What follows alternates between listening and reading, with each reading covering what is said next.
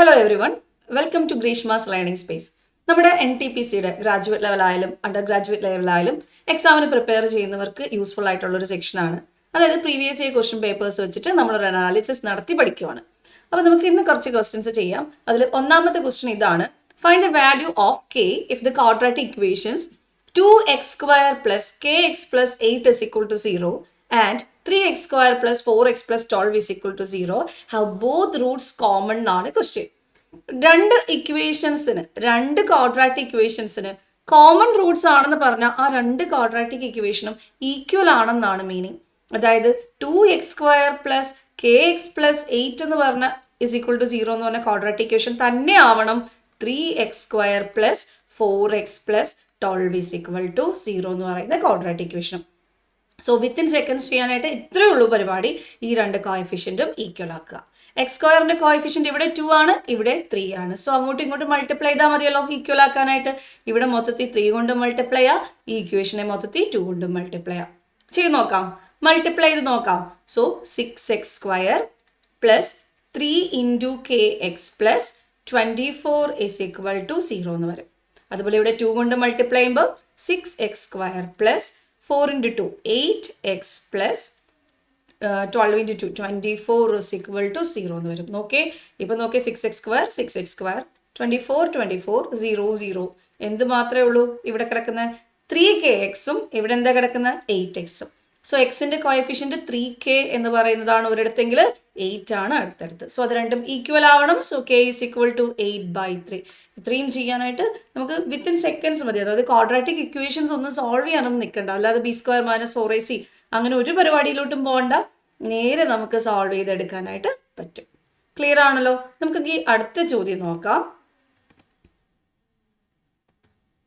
A class of 30 students appeared in a test. The average score of 12 students is 60 and that of rest is 62. What is the average score of the class? ഒരു ക്ലാസ്സിൽ total 30 students ഉണ്ട്. അതിൽ 12 സ്റ്റുഡൻസിൻ്റെ average എന്ന് പറയുന്നത് 60 ആണ്.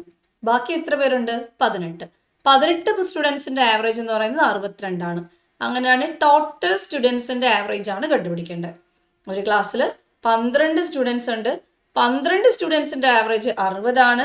ബാക്കിയുള്ള 18 സ്റ്റുഡൻസിൻ്റെ average 62 ആണ്.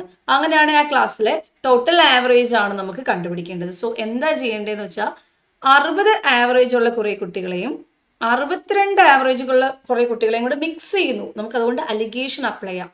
60 average ഉള്ള കുറച്ച് കുട്ടികളെയും 62 ആവറേജ് ഉള്ള കുറേ കുട്ടികളെയും കൂടെ മിക്സ് ചെയ്യുമ്പം എന്ത് ആവറേജ് വരും?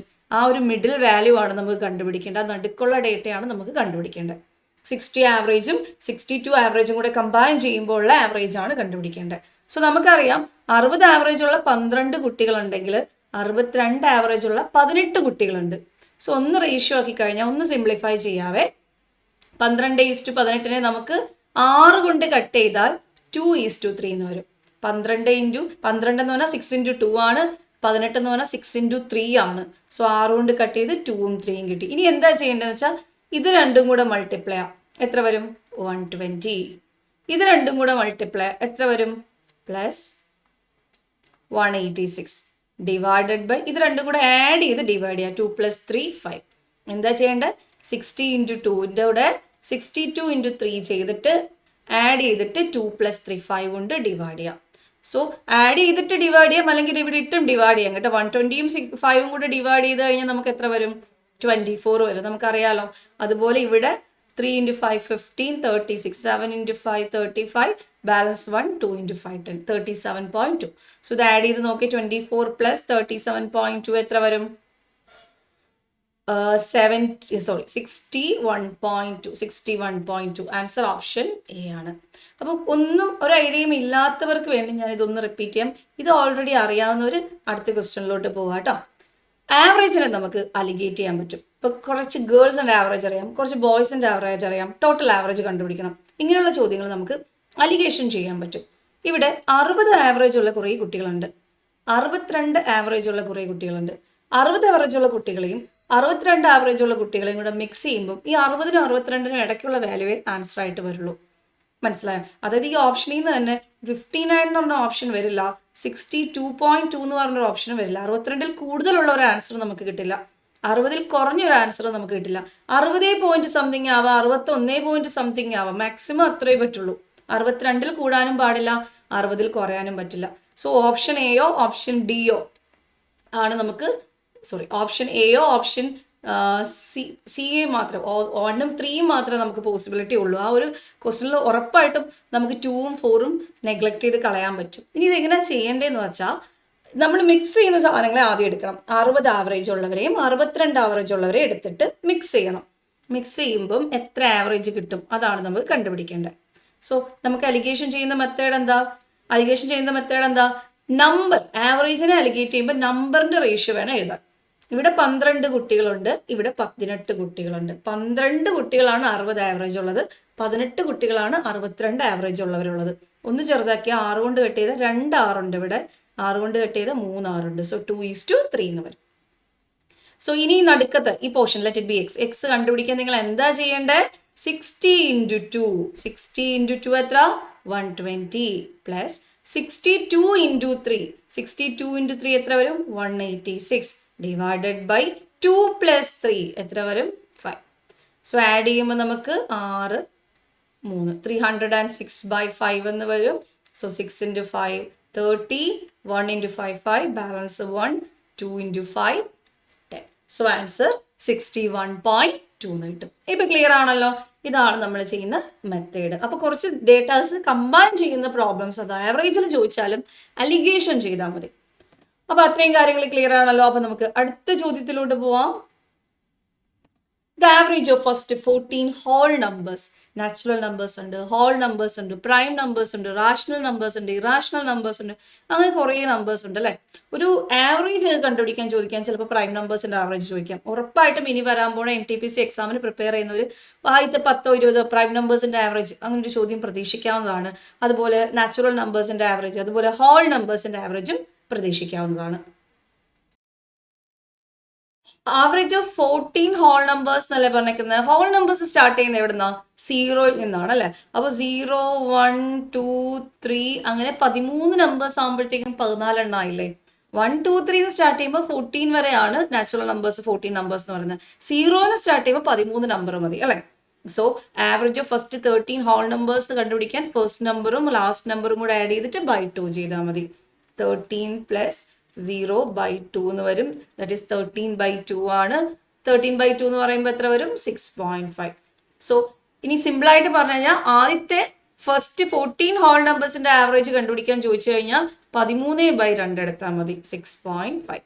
ആദ്യത്തെ 15 ഹോൾ നമ്പേഴ്സിന്റെ ആവറേജ് കണ്ടുപിടിക്കാൻ ചോദിച്ചാൽ അപ്പോൾ എന്ത് ചെയ്താൽ മതി? 14/2 എടുത്താൽ മതി, 7 കിട്ടും. അപ്പോൾ ആദ്യത്തെ 100 ഹോൾ നമ്പേഴ്സിന്റെ ആവറേജ് കണ്ടുപിടിക്കാൻ ചോദിച്ചാൽ എന്ത് ചെയ്താൽ മതി? 99/2 എടുത്താൽ മതി. സോ n-1/2 എന്നൊരു ഇക്വേഷൻ പോലെ പഠിക്കാം. ഇക്വേഷൻ ആക്കി പഠിക്കേണ്ട, ഇങ്ങനെ ഓർത്തിരുന്നാൽ മതി. 10 നമ്പേഴ്സ് ഉണ്ടെങ്കിൽ 9/2 ചെയ്താൽ മതി. കാരണം ഫസ്റ്റ് നമ്പർ 0 ആണ്. ആവറേജിന്റെ ബേസിക് കോൺസെപ്റ്റ് അറിയാവുന്നവർക്ക് ഇതൊക്കെ ഭയങ്കര ഈസിയാണ്. ഇക്വേഷൻ ആയിട്ടൊന്നും പഠിക്കേണ്ട, n-1/2 ഒന്നും പഠിക്കേണ്ട. ഹോൾ നമ്പേഴ്സിൽ ഫസ്റ്റ് നമ്പർ 0 ആണ്. സോ ഫസ്റ്റ് നമ്പറും ലാസ്റ്റ് നമ്പറും കൂടെ ആഡ് ചെയ്തിട്ട് ബൈ 2 ചെയ്ത് ആവറേജ് കിട്ടും എന്നുള്ള കോൺസെപ്റ്റ് അറിയാവുന്നവർക്ക് ഇതിലും ഈസിയാണ് മനസ്സിലാക്കാനായിട്ട്. അപ്പം കൺക്ലൂഡ് ചെയ്യാം. ആദ്യത്തെ കുറേ നമ്പേഴ്സിന്റെ ആവറേജ് കണ്ടുപിടിക്കാൻ ചോദിച്ചാൽ ആവറേജ് ഓഫ് ഫസ്റ്റ് ഒരു 31 ഹോൾ നമ്പേഴ്സ് എന്ന് ചോദിച്ചു കഴിഞ്ഞാൽ ആൻസർ 30/2 ആണ്, 15 ആണ്. മനസ്സിലായി? സിമ്പിൾ എത്രയേ ഉള്ളൂ മനസ്സിലാക്കാനായിട്ട്. അതായത് വിത്തിൻ സെക്കൻഡ്സ് ചെയ്തു പോകേണ്ട പ്രോബ്ലംസ് ആണ് ഇതെല്ലാം, ടൈം കൺസ്യൂമിങ് അല്ല. അടുത്ത ക്വസ്റ്റ്യൻ ഇവിടെ വരുമ്പോഴത്തേക്കും, മെൻസുറേഷൻ വരുമ്പോഴത്തേക്കും അത്രയും ഒരു ലോജിക്ക് ഉപയോഗിച്ചിട്ട് ഓപ്ഷനിൽ നിന്നൊന്നും എഴുതാൻ പറ്റില്ല. കുറച്ച് ഇക്വേഷൻസ് പഠിച്ച് അത് ചെയ്ത് തന്നെ പോകണം. അപ്പം ഇവിടെ നമ്മൾ അപ്ലൈ ചെയ്യേണ്ടത് ഇക്വേഷൻസ് ആണ്. സർഫസ് ഏരിയയുടെ ഇക്വേഷൻ അറിയാത്തവർക്ക് ഈ പ്രോബ്ലം സോൾവ് ചെയ്യാൻ പറ്റില്ല. മനസ്സിലായോ? വോളിയത്തിന്റെ ഇക്വേഷൻ, സ്ഫിയറിൽ നിന്നാണ് ഒരുപാട് ക്വസ്റ്റ്യൻസ് ചോദിക്കുന്നത്. സ്ഫിയറിന്റെ സർഫസ് ഏരിയ, സ്ഫിയറിന്റെ വോളിയം, അല്ലെങ്കിൽ സിലിണ്ടറിന്റെ വോളിയം, സിലിണ്ടറിന്റെ ടോട്ടൽ സർഫസ് ഏരിയ. അപ്പൊ ഇതൊക്കെയാണ് ഏറ്റവും ഇമ്പോർട്ടൻ്റ് ആയിട്ടുള്ള ഏരിയാസ് വരുന്നത്. അപ്പൊ അതിൽ സ്ഫിയറിന്റെ ക്വസ്റ്റ്യൻ ആണ്. Find surface area of sphere. അപ്പൊ എന്താണ് സ്ഫിയർ എന്ന് പറഞ്ഞാൽ? അതിന്റെ ടോട്ടൽ സർഫസ് ഏരിയ എന്ന് പറഞ്ഞാലും ലാറ്ററൽ സർഫസ് ഏരിയ എന്ന് പറഞ്ഞാലും ഒക്കെ 4πr² ആണ്. വോളിയം ആണെങ്കിൽ, വോളിയം ആണ് ചോദിക്കുന്നതെങ്കിൽ 4/3 പൈ ആർ ക്യൂബ് ആയിരിക്കും. വോളിയം 4/3 പൈ ആർ ക്യൂബ് ആണ്. Surface area 4 pi r square ആണ്. So surface area is equal to 4 into പൈക്ക് പകരം കൊടുക്കേണ്ടത് 22/7 ആണ്, ഇൻറ്റു റേഡിയസ് ഡയമീറ്റർ ആണ് 98. അതിന്റെ പകുതി എന്ന് പറയുമ്പോൾ എത്ര വരും? 49 വരും. കണ്ടോ, 7 കൊണ്ട് ഡിവൈഡ് ചെയ്യാൻ പറ്റുന്ന നമ്പർ തന്നെ റേഡിയസ് ആയിട്ട് വന്ന കണ്ടോ. അതാണ് NTPC SSC എക്സാമുകളുടെ ഒക്കെ ഒരു പ്രത്യേകത എന്ന് പറഞ്ഞു കഴിഞ്ഞാൽ നമുക്ക് കട്ട് ചെയ്യാൻ പറ്റുന്ന നമ്പേഴ്സ് ഉണ്ടായിരിക്കും. That is into 49. R square ഉണ്ട് കേട്ടോ, 49 ഇൻറ്റു 49 അല്ലെങ്കിൽ 49ന്റെ square. Okay, 4 pi r square ആണ്. സോ 7ഉം 49 കൂടെ കട്ട് ചെയ്യുമ്പോൾ 7 ആണ്. സോ നമുക്കിതൊന്ന് മൾട്ടിപ്ലൈ ചെയ്യാം. 4 ഇൻറ്റു 11 അവിടെ നിൽക്കട്ടെ, 11ന്റെ മൾട്ടിപ്ലിക്കേഷൻ നമുക്ക് എളുപ്പമല്ലേ. 4 ഇൻറ്റു 2 ഇൻറ്റു 11 ഇൻറ്റു 7 ഇൻറ്റു 49 ആണ് നമ്മുടെ മുന്നിലുള്ളത്. 4 ഇൻറ്റു 2 8, 8 ഇൻറ്റു 7 56. സോ 56ഉം 49ഉം കൂടെ മൾട്ടിപ്ലൈ ചെയ്തിട്ട് 11 കൊണ്ട് മൾട്ടിപ്ലൈ ചെയ്താൽ മതി. സോ 56 ഇൻറ്റു 49 നമുക്കൊന്ന് നോക്കാം. 9 ഇൻറ്റു 6 54, 5 50 22. സോ 4 4 7 2 2744 എന്ന് വന്നു. ഇനി ഇതിന് 11 കൊണ്ട് മൾട്ടിപ്ലൈ ചെയ്യുന്നത് എങ്ങനെയാണ്? 2744 ഇൻറ്റു 11. ഇത് എളുപ്പമാണ്, 11 കൊണ്ടുള്ള മൾട്ടിപ്ലിക്കേഷൻ എളുപ്പമാണ്. എന്താ ചെയ്യേണ്ടതെന്ന് വെച്ചാൽ 2744 ഇൻറ്റു 11 ചെയ്യണം. ആദ്യം എന്താ എഴുതണം? 4 എഴുതണം. എന്നിട്ട് ഈ 4ഉം 4ഉം കൂടെ എന്ത് ചെയ്യണം? ആഡ് ചെയ്ത് എഴുതണം. എന്നിട്ട് ഈ 7ഉം 4ഉം കൂടെ എന്ത് ചെയ്യണം? ആഡ് ചെയ്ത് എഴുതണം. 11 ആണ്, ഒരു റിമൈൻഡർ ഉണ്ട്, അവിടെ വെച്ചേക്കാം. പിന്നെ 2ഉം 7ഉം കൂടെ ആഡ് ചെയ്യുമ്പോൾ 9, ആ 1 റിമൈൻഡറും കൂടെ ആഡ് ചെയ്യുമ്പോൾ 10 ആയി. വീണ്ടും ഒരു റിമൈൻഡർ ഉണ്ട്, അത് 2ന്റെ കൂടെ ആഡ് ചെയ്യുമ്പോൾ എത്ര വരും? 3. സോ 30184. Option C 30184. മനസ്സിലായി? ഇതാണ് 11ന്റെ മൾട്ടിപ്ലിക്കേഷൻ ട്രിക്ക്. ഇനി വേറൊരു രീതിയിലും കൂടെ ഞാൻ ഇതൊന്ന് പറഞ്ഞുതരാം, നിങ്ങൾക്ക് കുറച്ച് കൺഫ്യൂഷൻ ആയി കാണാം. സോ ഒന്നുകൂടി ശ്രദ്ധിക്കുക. ഫസ്റ്റ് നമ്പർ എഴുതുക 4, എന്നിട്ട് 4ന്റെ കൂടെ അതിൻ്റെ തൊട്ട് പുറകിൽ കിടക്കുന്ന നമ്പർ ആഡ് ചെയ്ത് എഴുതുക. 4 + 4 8. ഇത്ര ഓക്കെ ആണല്ലോ. ഇനി ഈ 4ഉം 4ഉം തമ്മിലുള്ള അഡിഷൻ കഴിഞ്ഞു. ഇനി അടുത്ത 4ഉം 7ഉം കൂടെ ആഡ് ചെയ്യണം. 4ഉം 7ഉം കൂടെ ആഡ് ചെയ്ത് 11 ആണ്, അതിൽ 1 എഴുതുക, 1 റിമൈൻഡർ ആയിട്ട് വെക്കുക. ഇനി 7ന്റെ കൂടെ തന്നെ ആഡ് ചെയ്യേണ്ടത് 2 ആണ്. 7 + 2 9 ആണ്. റിമൈൻഡർ 1ഉം കൂടെ ആഡ് ചെയ്യുമ്പോൾ 10 ആണ്. 0 എഴുതിയിട്ട് വീണ്ടും 1 റിമൈൻഡർ വെക്കുക. ഇനി 2 മാത്രമേ ഉള്ളൂ, ഇതിൻ്റെ കൂടെ വേറെ ഒന്നും ആഡ് ചെയ്യുക, ലെഫ്റ്റിലെ നമ്പർ ഇല്ലല്ലോ. സോ 2ന്റെ കൂടെ ഈ 1 ആഡ് ചെയ്ത് എഴുതുക. 3 30184 സെന്റിമീറ്റർ സ്ക്വയർ. ഇങ്ങനെ വേണം മൾട്ടിപ്ലൈ ചെയ്യാൻ. അതായത് മൾട്ടിപ്ലിക്കേഷൻ ഒരുപാട് ടൈം പോവാണ്ട് കറക്റ്റായിട്ട്. ഈ മെൻസുറേഷനിൽ മിക്ക ക്വസ്റ്റ്യൻസിനകത്ത് 11 മാറ്റി വെച്ചിട്ട് 11ന്റെ മൾട്ടിപ്ലിക്കേഷൻ ട്രിക്ക് അപ്ലൈ ചെയ്താൽ മതിയാവും. അടുത്ത question, Varun and Ashish together can paint A hall in 3 days. Varun alone can paint it in 7 days. In how many days can Ashish alone paint 4 such halls? ഒരു ഹാളല്ല, 4 ഹാള് ചെയ്യാൻ എത്ര ടൈം എടുക്കുന്നു എന്നാണ്, എത്ര ദിവസം എടുക്കുന്നു എന്നാണ് ചോദ്യം. ഓക്കെ, അപ്പൊ എന്ത് ചെയ്യും?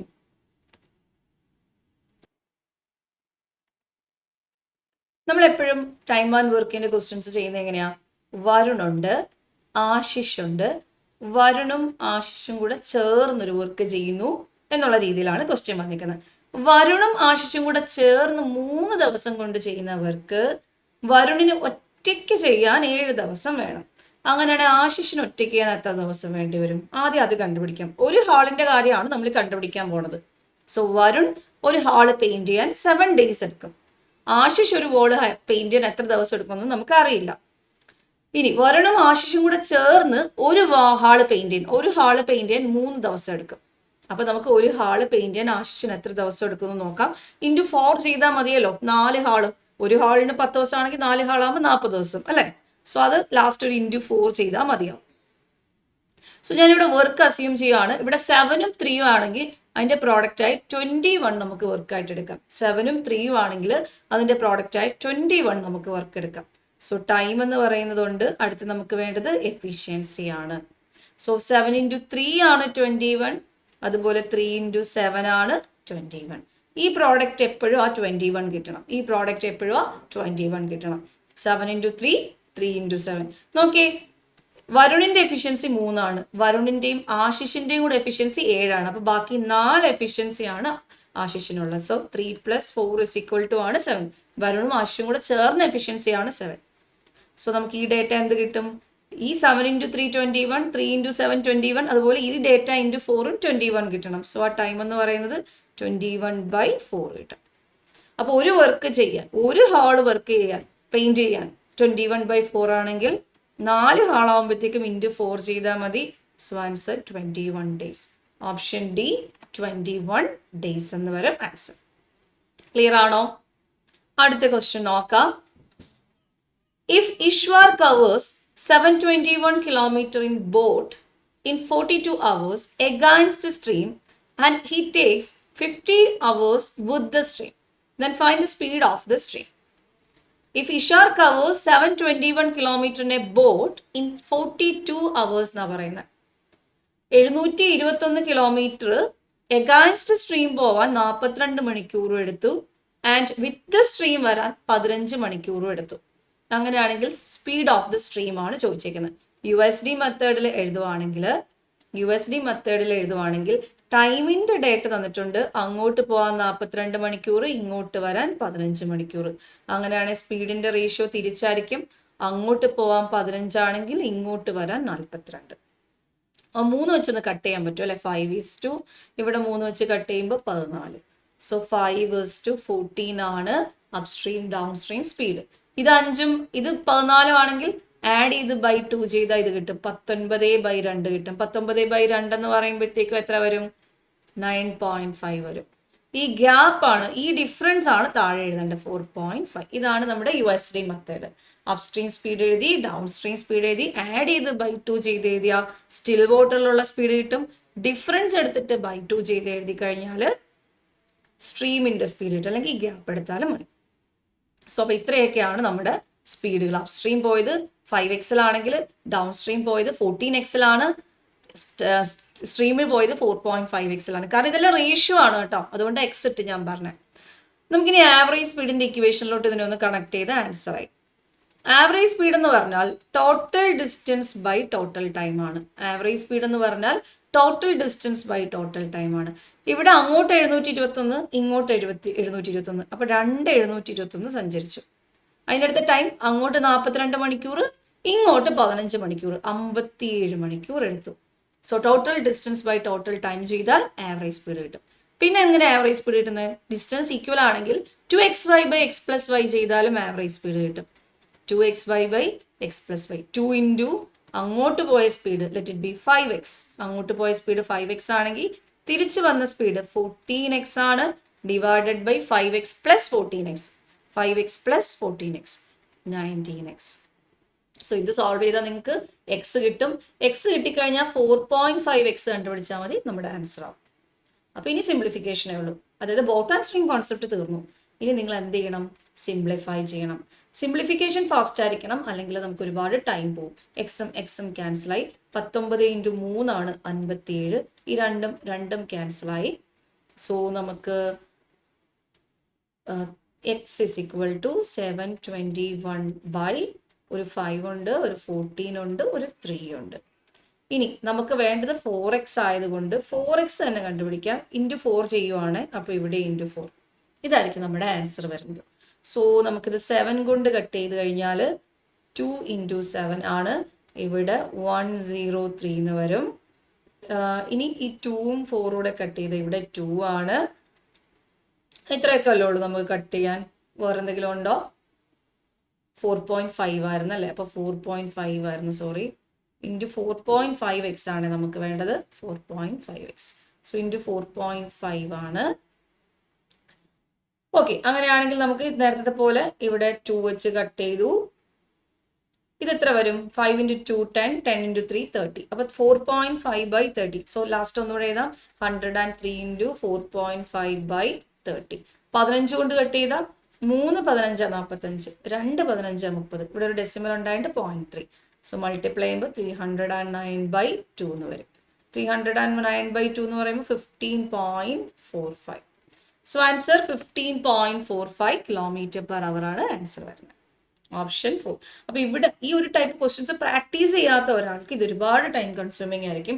ചെയ്ത് പ്രാക്ടീസ് ചെയ്ത ആൾക്ക് നേരെ ഡയറക്റ്റ് ഈ ഒരു 2 ഇൻറ്റു 721/57 ആ ഒരു പാത്തിലോട്ട് പോയി സിംപ്ലിഫിക്കേഷൻ മാത്രമേ ഇത്തിരി ചെയ്യാനുണ്ട്. അല്ലാതെ ഒരു സമയം നമുക്ക് പോവില്ല കേട്ടോ. അപ്പോൾ ഇത്രയും ക്വസ്റ്റ്യൻസ്, വളരെ കുറച്ച് ക്വസ്റ്റ്യൻസ് നമ്മൾ ഇന്ന് ഡിസ്കസ് ചെയ്തിട്ടുള്ളൂ. അപ്പം ഇത്രയും ക്വസ്റ്റ്യൻസ് വെച്ച് നമ്മുടെ ഇന്നത്തെ സെക്ഷൻ നിർത്തുവാണ്.